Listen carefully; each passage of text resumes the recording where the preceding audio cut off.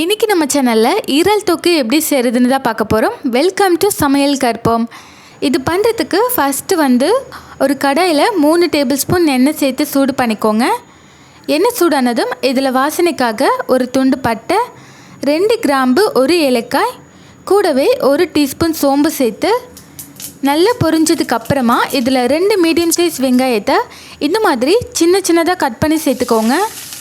2 medium size வெங்காயம், கூடவே கொஞ்சமாக கருவேப்பிலை, 1 டேபிள் ஸ்பூன் இஞ்சி பூண்டு விழுது சேர்த்துட்டு வெங்காயம் லைட்டாக கலர் மாறுற வரைக்கும் வதக்கிக்கோங்க. இறால் தொக்குக்கு வெங்காயம் நல்லா வதங்கினா தான் டேஸ்ட் ரொம்ப நல்லாயிருக்கும். பாருங்கள், இந்த அளவுக்கு வெங்காயம் நல்லா வதங்கியிருக்கு. இப்போது இதில் 2 மீடியம் சைஸ் தக்காளி சேர்த்துக்கோங்க. வெங்காயம் எந்த அளவு எடுத்தோமோ அதே அளவுக்கு தக்காளியும் சேர்த்துக்கோங்க. பொடியாக நறுக்கின 2 மீடியம் சைஸ் தக்காளி, அப்புறமா காரத்துக்காக ஒரே ஒரு பச்சை மிளகாய் சேர்த்துக்கோங்க. சேர்த்துட்டு நல்லா வதக்கிக்கோங்க.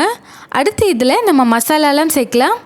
கொஞ்சமாக மஞ்சள் தூள் சேர்த்துக்கோங்க, 1 டீஸ்பூன் மிளகாய்த்தூள், 1 டீஸ்பூன் மல்லித்தூள், 1 டீஸ்பூன் கரம் மசாலா, 1/2 டீஸ்பூன் ஜீரகத்தூள், அப்புறமா தேவையான அளவுக்கு உப்பு சேர்த்துக்கோங்க.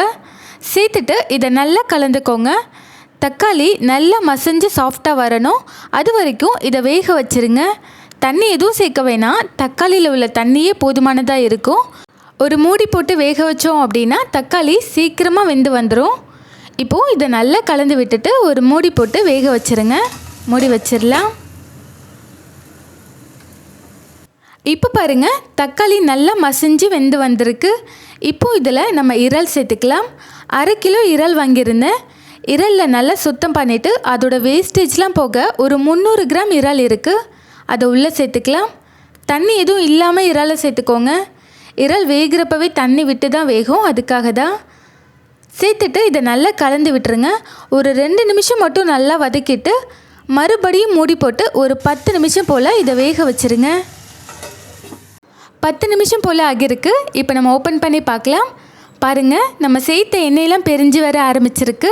இறால் தொக்கு ரொம்ப சூப்பராக ரெடியாகி வந்திருக்கு. அவ்வளோதான். கடைசியாக வாசனைக்காக கொஞ்சமாக கொத்தமல்லி இலை சேர்த்து கலந்துக்கோங்க.